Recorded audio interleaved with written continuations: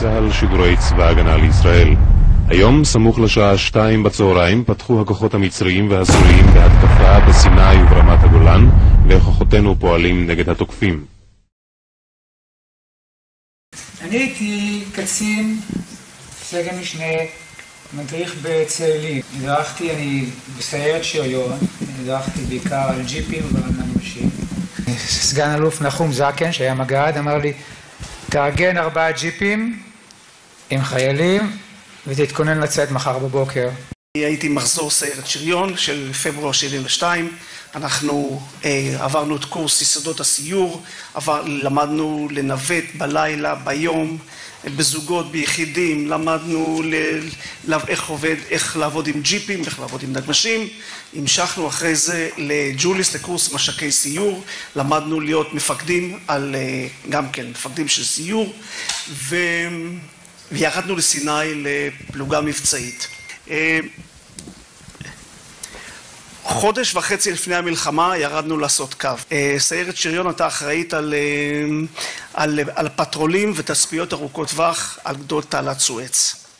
המשימה שלי הייתה להיות תצפיתן של ארוך טווח. הייתה לי בנגמ"ש משקפת גדולה מאוד, שהשם המקצועי שלה היה 20/120, ואיתה הייתי צופה לעומק מצרים כל יום, 10-15 קילומטר, למדתי את כל הגזרה שמולי. שבועיים לפני המלחמה התחלנו לראות סימנים. הייתה לי חוברת דקה שהייתה חוברת לתצפיתן, לא היה אז אמצעים אחרים, ובה היו כל מיני אפשרויות. אם אתה רואה את מה שאתה רואה, זה סימן שהמצרים מתכוננים למלחמה. משבועיים לפני המלחמה אני מתחיל לראות, למשל, טנקים T-55 מגיעים. ישר טלפון לקמן אוגדה, לקמן חטיבה ואוגדה. יש טנקים. אמרו לנו, זה שום דבר, לא נורא. כמה ימים אחרי זה, אני כבר רואה סאם 6. סאם 6 זה היה טיל קרקע אוויר, שלא נראה באזור התעלה, כי המצרים לא הורשו להביא אותו לגדות התעלה. וזה היה טיל שהיה על רכב גלגלי. פתאום אני רואה סאם 6. שוב פעם, בקשר למפקדים, יש משהו, יש טילים. אומרים לנו שוב פעם, זה שום דבר, אין כלום, הכל בסדר. הייתי לוחם חובש בסיירת גולני, חופשת שחרור, 5 לחודש, יום לפני המלחמה, אני יושב לי על גדות האסי המפורסם, וחושב מה אני הולך לעשות באזרחות. מערער לי ככה 4 אחרי הצהריים. ואז מגיעה קריאה מהמזכירות, טלפון, מישהו אומר לי, תחזור ליחידה. לא משהו מיוחד אצלנו בסיירת. הגעתי ליחידה בסביבות, אני חושב ש7 כבר הייתי במנמי ליד עכו. אף אחד לא יודע למה קראו לנו. התעוררים בבוקר, 6 לחודש. לא יודעים למה אנחנו שמה. ועד ב2 אנחנו סובבים שהתחילה מלחמה. החטיבה 188, חטיבת ברק, עם בגדוד של יאיר נפשי, ובפלוגה של צביקה גרינגולד, שהוא מאותו כוח צביקה המפורסם, שקיבל על זה אות הגבורה בסוף. הייתי ביחידת מחסני חירום ימ"ח, קוראים לזה, ושמה אחראי על איזושהי גדוד של טנקים, על הרישומים של התחזוקה של הטנקים, ויום לפני המלחמה קיבלתי חופשה ללכת הביתה. חוזרים הביתה מהתפילות, ויש צו על הדלת, ממש הדביקו את הדלת, אתה לא יכול לפתוח את הדלת בלי שתקרא את הצו הזה, והצו היה צו חירום, תחזור, ומיד תפסתי טרמפים עד לבסיס שלי חזרה, וששם אני עזרתי לאנשים ל5 טנקים, ויצאתי לגייס של היחידה למחרת בבוקר, ב10 בבוקר, שהודיעו על גיוס מלא של המילואים. והאמת היא שהתחלנו לראות את המצרים. אני הייתי סיירת שריון, שלחו אותנו קודם כל לבדוק את הצירים, לראות קדימה. פתאום אני רואה טנק שרוף מתקרב לטנק, לא ידעתי שמי הטנק, נראה לי שהוא ישראלי, אבל היה שרוף לגמרי, ועל ידו שוכב חייל, עם הפנים למטה, חייל הרוג. חשבתי שהוא מצרי, לא ידעתי, אולי הפכנו אותו, וראיתי דיסקית ישראלית. וזה היה המפגש הראשון שלי עם חייל הרוג, זה היה, השפיע עליי מאוד קשה, אבל צריך להמשיך. זיהינו את המצרים והתחלנו זה מה שנקרא קרבות הבלימה. היינו קצת מתקדמים, יורים בהם, מורידים טנקים, חוזרים, מתדלקים, ככה כשבוע, הלוך וחזור. והיו לנו די הרבה עבודות, אבל באופן כללי אני הרגשתי שאנחנו מנצחים. היה קשה, לא ראינו מטוסים, הרגיש שהיה לי חייל בג'יפ שישב עם טרנזיסטור כל הזמן והקשיב למה שקורה, ואומר שזה לא נכון, ובאמת מה שמשדרים בחדשות זה לא מה שקורה. הדבר שהפחיד אותנו בעיקר זה היה ארטילריה. התרגול אותי ברגע שיורד פגז ראשון לברוח איזה קילומטר מהמקום. אז בוא נגיד שחצי מלחמה ברחתי. כן, פחדתי. מי שאומר שהוא לא פחד, אבל עשינו את הדבר הנכון, ובסופו של דבר, היו לי 12 איש במחלקה, היו לי 4 ג'יפים, אף אחד לא נפגע. יום לפני המלחמה, אני רואה דחפורים מתחילים לפנות את הגדה המצרית. מתקשר שוב פעם, כמה חטיבה, כמה נוגדה, אומרים בזה שום דבר. אנחנו האמנו אמונה עיוורת במפקדים שלנו. בשישי באוקטובר, באותו בוקר, במסדר יציאה, אומרים לנו שיכול להיות שיהיה איזשהו יום קרב עם המצרים, להתכונן, אבל אין הרבה סיכויים. בשעה 2 אתם מקפלים ואתם עוברים לעמדה האחורית בתרגולת שוב החיונים. תרגולת שוב החיונים הייתה תרגולת של צה"ל ליום קרב עם המצרים, וכל יחידה ידעה מה התפקיד שלה בשוב החיונים. אמרתי, עכשיו מקפלים ועוברים לשוב החיונים. והשעה בערך 1:50. אנחנו מתחילים לנסוע למטה, ומשקט מוחלט, פתאום מהומת אלוהים שלא הכרתי בחיים שלי. ארטילריה ומרגמות. איפה עכשיו? אני לא רוצה להגיד שפחדנו, אני לא זוכר. אני בטוח שהיינו בהלם. הלם, זה יותר מפחד. לא חווינו דבר כזה בחיים. ראינו מטוסים, טסים פתאום ממערב למזרח. אמרנו, רגע, מה זה מערב למזרח? איפה חיל האוויר? לא, הם טסו ממערב למזרח, זה היו סוחוי. 2 רביעיות סוחוי שהפציצו מטרות בסיני, והרביעייה אחת התחילה להפציץ את הבסיס שלנו, של פלוגת הסיור. קראו לו, השם שלו היה בסיס טילים, קראו לו. שמענו ברשת שנפגעים אנשים, התחלנו לשמוע בקשר את הזעקות לעזרה מהפלוגה שלנו. אנחנו ירדנו והתחלנו לנסוע לעמדה החילופית שלנו. בינתיים עוד לא היה, בצד השני לא ראינו צליחה. השטח הזה שלפני התעלה הוא מחורץ, הוא לא גבעות וזה. יש חריצים גדולים בקרקע. בתוך חריץ כזה גדול, שמנו את הנגמ"ש והתחלנו לצפות. ואז ראינו את כל המסה של הטנקים עוברת, ונגמשים מצרים עוברים, ורכב לוגיסטיקה. עד הלילה ראינו את כל מערך הצליחה המצרי עובר ונעמד בערך 2 קילומטר מאיתנו על הכביש שמוליך לכיוון המיתלה, והם התארגנו לחניון לילה. העלו אותנו בסביבות 5-6 אחרי הצהריים על הליקופטרים ממש ליד הבסיס, בוסתן הגליל, וירדנו במחניים, הגענו לפילון שזה ימ"ח של טנקים. פשוט אמרו לנו, תיגשו פה, תיקחו מה שיש. כבר ראינו את הרמה בוערת, החרמון כבר היה בידי הסורים. אני מדבר על סביבות 9-10 בערב. המח"ט החליט, מישהו שם למעלה, שצריכים לעלות מהר, לכבוש את החרמון באותו לילה. שמו מפה מנוניינת, מי שהיה בצבא בטח מכיר את זה. מוצב החרמון רק שופץ. המוצב אחד המסובכים שהיו בצה"ל, 4 קומות לתוך האדמה. מי שראה את שעת נעילה בטח זוכר את כל המחילות. אנחנו בחיים, לפחות אני, לא הייתי אף פעם במוצב הזה. היינו בג'בל רוס הרבה. ויאללה, עולים. ואנחנו מתחילים לנסוע עם הזחלמים, עולים עד מג'ל שמס. והמשימה הבאה שלנו הייתה לעזור למוצב 104, שהוא מוצב מזרחית למסעדה, שהיו שם מחלקה של גדוד 13, שהותקפה על ידי סורים וגדוד מרוקאי. הגדוד המרוקאי, אגב, הגיע ימים לפני המלחמה. המודיעין כמובן לא ידע על זה, אבל הם לא היו משהו. אבל המוצב ספג פגזים וחי"ר ניסה לעלות עליו. הגענו לשם, השארנו צוות שיעזור לגדוד 13, וצוות אחר נסע לכיוון מסעדה.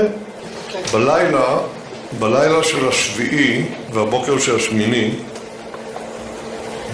ירדו שני חבר'ה שברחו מלמעלה, אחד מחיל אוויר ואחד ממודיעין או משהו כזה, הצליחו לברוח משם.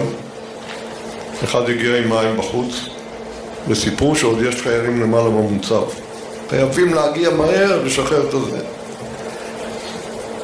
יש תמונה בגלריה של הפקודה הזאת, עומדים חיילים, אין מפה,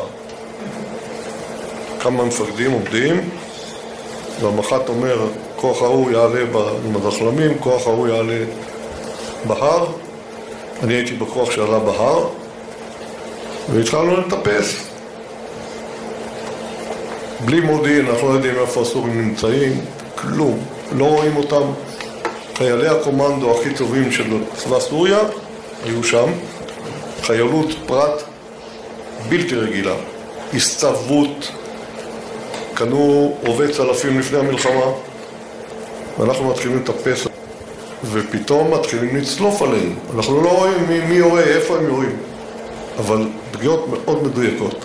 אני עולה לחרמון והנה יש לי פצוע ראשון, עולים עוד והפצוע השני קיבל כדור, נכנס פה עכשיו, ואנחנו עכשיו חבורה של אנשים על איזה גבעה כמעט חשופה וצולפים על כל מי שזז מקבל. אני אפילו ראיתי אנטנה נופלת מ-600 מטר. בקיצור, היינו חדלי עולים שם, ופתאום אחרי כמה שעות עובר, אין ארטילריה, חבר'ה, אין מטוסים ואין ארטילריה, כלום. עובר ענן לבן בינינו לבין הסורים, ואנחנו בורחים מהגבעה הזאת למטה. בסוף חיפשנו גם טנקים משלנו, החבר'ה שהיו שריונאים שם, והגיעו עוד אנשים שהכרתי מהצבא לכיוון שלנו, לבסיס שלנו, אמרו שיש פה טנקים, אמרתי לא, בואו נלך לחפש טנקים. אז אמרנו, אולי בג'וליס יש טנקים. נסענו למחנה ג'וליס, שזה גיסות השריון, ואמרו, תשמעו, אין פה טנקים בדיוק, אבל תשבו בצוותים, תעשו צוותים, צוות. נהג, הען, תותחן ומפקד, ולאט לאט הגיעו טנקים, יצאו מהסדנה שם, ותוך בערך 24 שעות, 30 שעות, כל צוות היה לו באמת טנק, והתחלנו לקבל גם אנשים שהגיעו מחוץ לארץ, שטסו חזרה מהר ארצה, בכדי להשתתף במלחמה. איבדנו ביום הראשון כבר איזה 18 או 22 חיילים, בהתקפה מאוד אכזרית במערב של הסורים בכפר נסג', והמשכנו. היו הרבה פעמים שהיינו מקוטרים על ידי עיראקים וירדנים וסורים וסעודים שתקפו בכמה ימים מהמלחמה. לחמנו כל הזמן עם עין אחד ימין ושמאל לראות מאיפה עוקפים אותנו, כי העדיפות של המספרים היו מאוד לטובתם. היו לידינו חטיבות מאוד ותיקות, גם טנקים אנחנו היינו בשוט קל שהוא שוט עם דיזל, מנוע דיזל, היו טנקים של 6 הימים שהם היו צנטוריונים שוטים עם בנזין, והיו גם טנקים שרמנים של מלחמת העולם השנייה על ידינו של נדמה לי חטיבת 9, וככה אנחנו לחמנו מגבול ישראל סוריה, ממבואות קונטרה ועד מבואות דמשק. הלחימה הייתה מאוד קשה מול הסורים, הסורים לחמו על הבית שלהם, והם לחמו קשה, כבר הם היו מותשים מהניסיון שלהם לפרוץ מול חטיבות 188 ומול חטיבת 7, חטיבה 179 של המילואים, והם היו די מותשים כבר, אבל הארטילריה ירד כמעט כל יום, כל שעות היום כמו גשם. הם לחמו מאוד מאוד קשה, ידענו שאנחנו בכל זאת דוחפים אותם והודפים אותם ומצליחים להדוף את ההתקפות שלהם, אבל רצינו שיגמר. האמת היא שהיינו פשוט חיילים אזרחים, שאני הייתי חייל סדיר אמנם, אבל על פי הרוב היינו פשוט אנשים רגילים שאנחנו רצינו להילחם, לעשות את החובה שלנו ולגמור את המלחמה. קצין בן 21, יודע טוב לנווט, זה מה שאנחנו יודעים לעשות.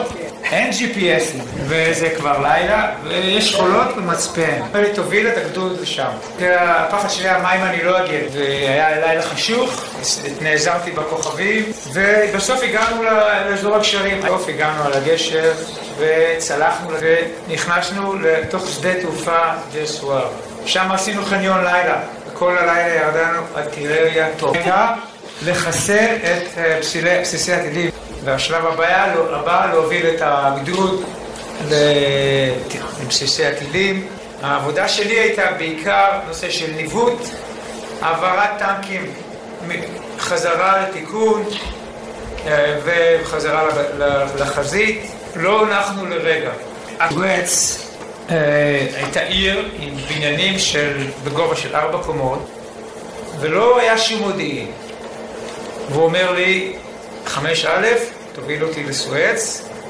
הוא מגיע ל3/4 העיר, ונפתחה עליהם אש תופת. עשו לנו שם מערב, ולמעשה זה נחשב היה לקרב הקשה ביותר במלחמת יום הכיפורים. התחילו להגיע נפגעים, ואת המחזה הזה אני עדיין לפעמים מתעורר בלילה. ממש בודד, והיינו בודדים, ממש בדידות של אנשים, של 4 חיילים בנגמש, מוקפים על ידי המצרים ובחושך, ומדווחים לחטיבה מה רואים, ודיברנו בינינו. ואני זוכר עד היום שאנחנו אמרנו, אנחנו הולכים למות היום בשביל שהמצרים לא יגיעו לתל אביב. אני זוכר שאמרנו את זה, וחשבנו ככה, באמת חשבנו שאנחנו צריכים לעצור את המצרים שלא יגיעו לתל אביב. למחרת נתנו לי משימה להצטרף לטנק אחד, ובסוף הנסיעה הזאת, בשעות הבוקר, מצאנו את עצמנו בכניסה למוצב המזח. קיבלתי משימה לתצפת על המצרים שניהלו קרבות אש. קיבלתי הוראה להיות לפני הכוחות שלנו ובצד לתצפת על המצרים ולדווח מה הם עושים. היינו על דיונה ודיווחנו למה המצרים עושים ואיפה יורים סאגרים. היה כבר אז צה"ל כבר עבד יותר טוב. חיל השריון לפחות, אני יכול להגיד לכם, ביום השלישי התחיל לעבוד כמו שהכרנו את צה"ל ואת חיל השריון. אבל פתאום שמעתי פגז נוראי מאחוריי ועשן לפניי, והסתכלנו, לא ראינו מה קורה, ותוך 3 שניות קיבלנו עוד פעם רעש נוראי מעלינו ועשן לפנינו. מסתכלים, רואים לוע של טנק שוט קל שמכוון אלינו 900 מטר מאחורינו עם הפנים אלינו. הגיעו המילואימניקים כבר, המילואימניקים הגיעו. אבל הגיעו המילואימניקים ולא היה מודיעין כמו שצריך, ולא היה שליטה כמו שצריך. והם חשבו אותנו לחיילים מצרים, והמילואימניקים עשו מה שצריך. יראו עלינו, אמרו לנו, תעלו מהר לאותו קמ"ן חטיבה שניהל אותנו. אמרנו לו, עמי, יורים עלינו מטנקים שלנו. אמר לנו, שמישהו מכם יעלה למעלה לגבעה וינפנף בדגל אדום. יש בשריון נוהל של דגלנות, שעוד במלחמת ששת הימים פיתחו דגלנות. אחד מאיתנו עלה וסימן, ואז המצרים גילו אותנו. ועכשיו הורידו עלינו ארטילריה ולא מרגמות הורידו עלינו, ולא ידענו מה לעשות. התחבאנו בנגמ"ש, כמו בודי אמר לכם, לטנקיסטים ולאנשי שריון, אין בעיה, נכנסים לכלי וזהו. ומתחבאים, מתפללים שלא יפגע פגז ישיר. פגז בערך 2 מטר מהזחל השמאלי, וריסק את הזחל. עכשיו כבר לא היה לנו נגמ"ש. ירדנו למטה, חיכינו, ביקשנו שיבואו לחלץ אותנו, אנחנו לפני הכוחות שלנו. היה לנו ברור שהמצרים רוצים גם להגיע אלינו. היינו יותר קרובים למצרים מאשר לכוחות שלנו. שלחו אלינו 2 טנקים, יש סיבה למה אני אספר את זה, שלחו 2 טנקים לחלץ אותנו. טנק אחד, מ"פ. המ"פ שמו ג'וני הכהן בטלפה, 2 מעלינו. הוא קורא לי, אומר לי, אני בא לחלץ אותך. טנק הגור שלו, קוראים לבחור ישי גודל, מהכיתה שלהם. ברשפים, מהכיתה שלהם. הם 2 הטנקים שבאו לחלץ אותי. לא הצליחו לחלץ, בסוף עשו לזה תרגיל, לא להיות לכם פרטים, הצליחו לחלץ אותנו. זהו, ופה נגמר, הפחד מלווה אותך כל הזמן. זה נורא פשוט, אתה לא רוצה למות. אז גם חבשתי כמה חבר'ה, חלק מתו לי בידיים. עוד דבר שאני רוצה להזכיר, בעלייה הראשונה, עלה כוח של בזק, שהוא דרוגמקים עם זחלמים לכיוון הרגבל התחתון, והם שם נתקלו במערבים של מוקשים וצלפים, הם היו מאורגנים מאוד הסורים, ואיך אומרים, לא יכולנו להם, והשארנו 4 גוויות של חברים שלנו בשטח. וזה היה דבר קשה, מחנכים אותך בצה"ל שאתה לא משאיר פצועים בשטח, או פגועים. אנשים קפצו וניסו לחלץ וניסו לשפר עמדה ופשוט נפגעו כל הזמן, ובסוף המח"ט אמר לסגת. היו חבר'ה שלא נסוגו, ניסו עוד פעם לעלות ונהרגו. העלייה השנייה הייתה מאוד מתוכננת, כבר הייתה ארטילריה. לא ירינו אפילו ירייה אחת, זה היה טיול של כל הלילה. ארטילריה לפנינו, יורדים במקום, ממשיכים, ארטילריה, יורדים, זה. והגענו לרגבל העליון, שהוא היה בעצם סלב של בטון, עוד לא היה שם את המבנה.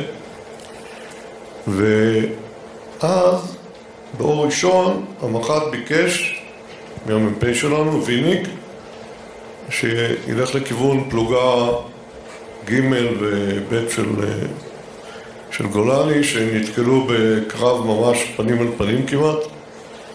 ילך לעזור להם, ואז הם נפגעו.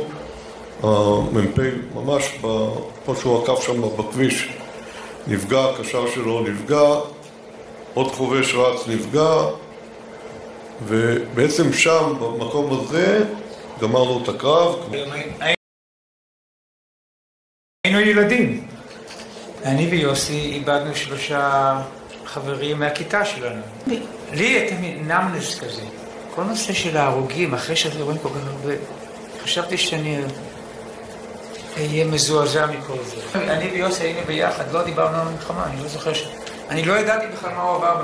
בשבילי, עד שלא התחיל כל נושא של האינטרנט, פייסבוק, והתחילו, אני קורא על זה, פתאום הכל נפתח. אז כשסיימתי את המלחמה, פשוט היה לי ענן של עצבות, הייתי עצוב. ומה שהציל אותי זה הספר אדם מחפש משמעות. קראתי אותו ואמרתי, אני ניצולי שואה, גם אני ניצול. וממש, הוא היה פסיכולוג שלי. זה לקח לי בתקופה של כמה שנים, איבדתי אמון באנשים, איבדתי אמון במה שאומרים לי. אני מאז ועד היום בודק כל דבר. לא מאמין לפוליטיקאים. סיפרתי לכם בהתחלה, הייתה לנו אמונה עיוורת, אני אומר לכם, עיוורת באנשים שהנהיגו אותנו, כולל מפקדים. אני רוצה להדגיש מה שמודי אמר, אני גם כן, המון שנים לא דיברנו על המלחמה, לא... אפשר להגיד שהדחקנו את זה, אבל אולי זה נתן לנו את האפשרות לחיות חיים טובים. אנחנו אנשים בני 70 היום, אני בן 70, ואולי זה עזר לי בחיים, לא... בחיים האזרחיים ניסיתי להיות אזרח. ניסיתי לדחוק את זה, ניסיתי לדחוק את הכאב, וגם דחקתי את החברים, לא התקשרתי איתם. עד לפני בערך 5 שנים, שוב פעם, התעוררו החבר'ה בנושא הזה של מלחמת יום כיפור, התחלנו להתאחד, לעשות קבוצות וואטסאפ, וזה די משחרר, וזה די, אתה קצת נושם לרווחה, שאתה לא היחיד שנשארת עם ההרגשה, למשל, שיש לך רגשות אשמה, אתה חי והוא לא, זה כואב מאוד, אבל ברוך השם אנחנו פה, הקמנו משפחות, עשינו מה שעשינו, ונקווה שגם המצב הנוכחי הזה, אנחנו נתגבר עליו.